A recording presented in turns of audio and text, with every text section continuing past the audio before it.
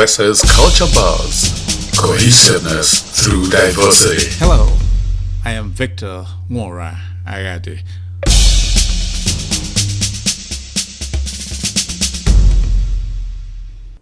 Carry, C-A-R-R-Y.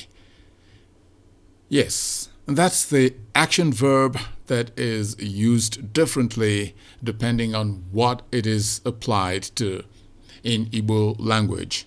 Igbo for beginners, and we do want our enthusiastic early learners of Igbo language that do want to make conversation with it and be recognized as Igbo speakers to be sharp about it and to make less mistakes and to be able to effectively communicate, because sometimes it's difficult to have another opportunity to make the right impact in communication.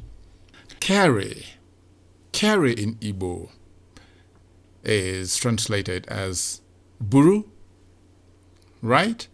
Buru or bulu, or as some would say, para. All right. Now, if you want to say, come carry your food. Food is ready. Come carry your food. Of course, it becomes nriege bea buru nrigi. That is, come carry your food. Bea buru nrigi. Right? Good. How about he was carrying a lot of money? Obu ọtụtụ ego. Right? Obu ọtụtụ ego. Or obu nnukwu ego. Here we're still talking about buru, the action verb buru, which is carry.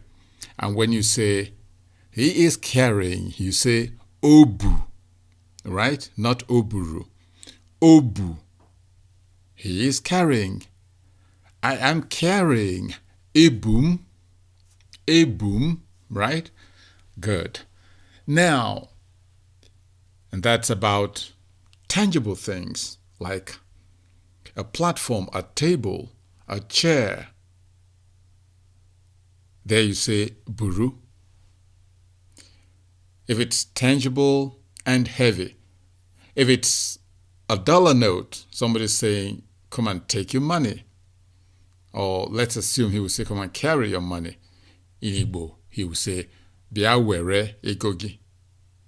So, when something is not so heavy, the Igbo person does not regard it as something that should be carried.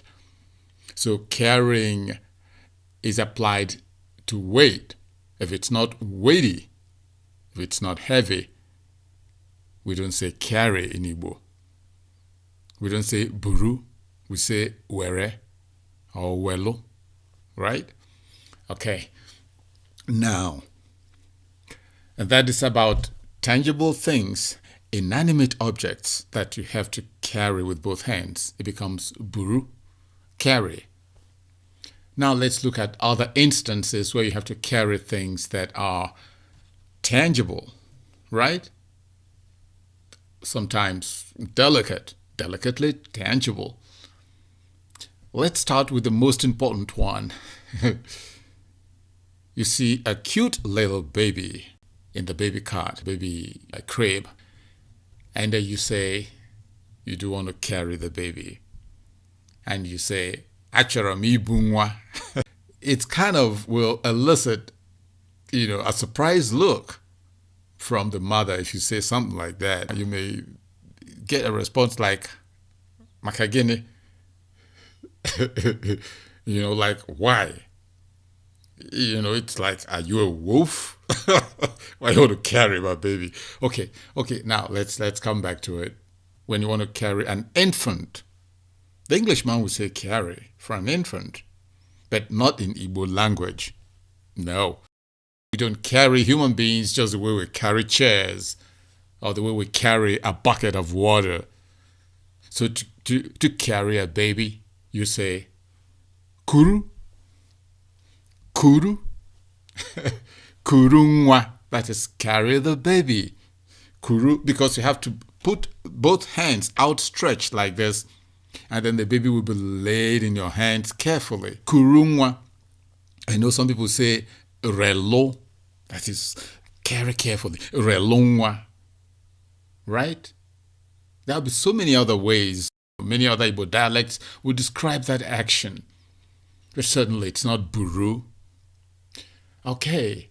So when you want to carry a baby, you now say kurunwa. Achọrọ m iku nwa. I want to carry a baby. Achọrọ m iku nwa gị. May I carry your baby? Right. Okay. Now, how about not really an infant this time, but still a kid? You want to carry the kid. It's still kuru if you have to carry the baby carefully. Or you say boro. That is Kporo in English, but actually written in Igbo as B-O-R-O. Boro. Good. In America, a lot of people I hear would say things like bring the baby or bring the child to the mom. Same thing in English. Take the child to the mom. So in that case, it becomes boro.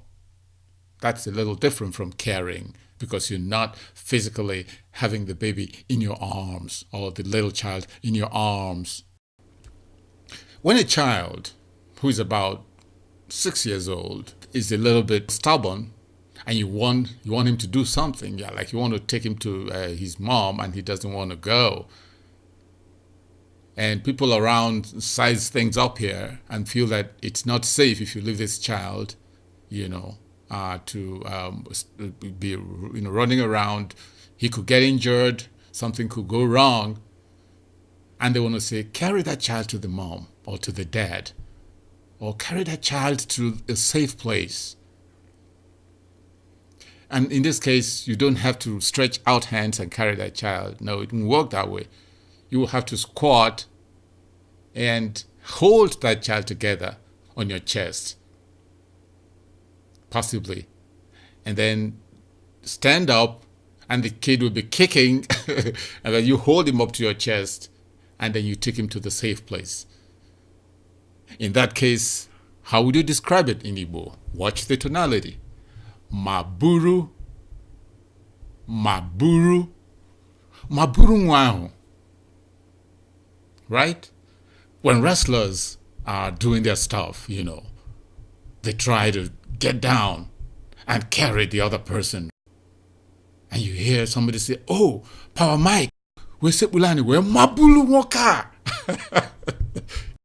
He squatted and carried him. He put his hands around him and carried him up. That's maburu. Carrying somebody on your back as an action verb in Igbo is called kworo. Kworonwa. But if it's on your shoulder, it becomes nyara. Nubugi. So to carry something on the shoulder becomes inya. That's to carry. And how do you describe this sentence that I am carrying my bag on my shoulder? Or when you're carrying your bag on your shoulder, what do you say? Anyam akpam. Anyam akpam. I am carrying my bag. That's on your shoulder. Anyam akpam. You won't say ebum akpam. No. Because when you say that, somebody will be thinking you're either carrying it on your head or in both hands. Now, let's quickly run through other areas of carrying. How about a bag? A bag, like a purse, the Americans would say a purse for a woman, or a handbag, your school bag, or your backpack. Right. Another way a lady carries a bag is to hold it one hand gracefully, right? That's a way of carrying the bag. And when that happens, the Igbo person will say, osekpo akpaya. In that case, it's sekporo.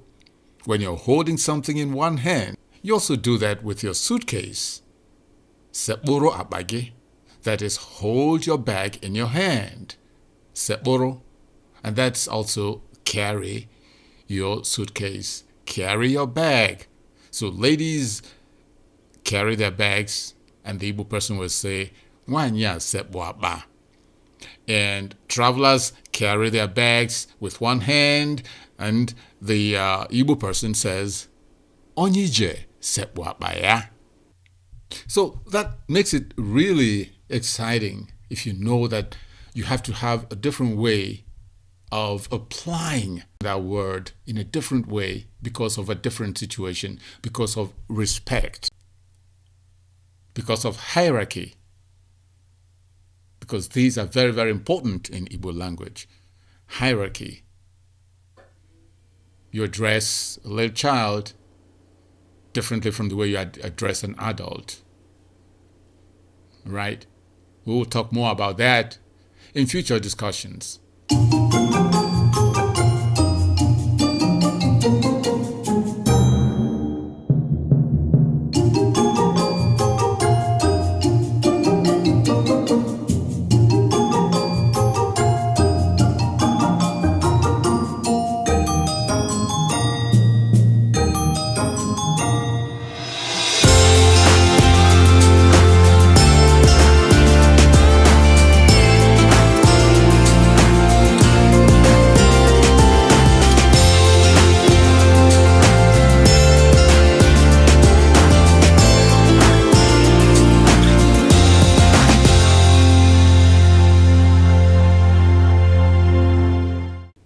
And on that note, I want to say thank you for hanging around today again.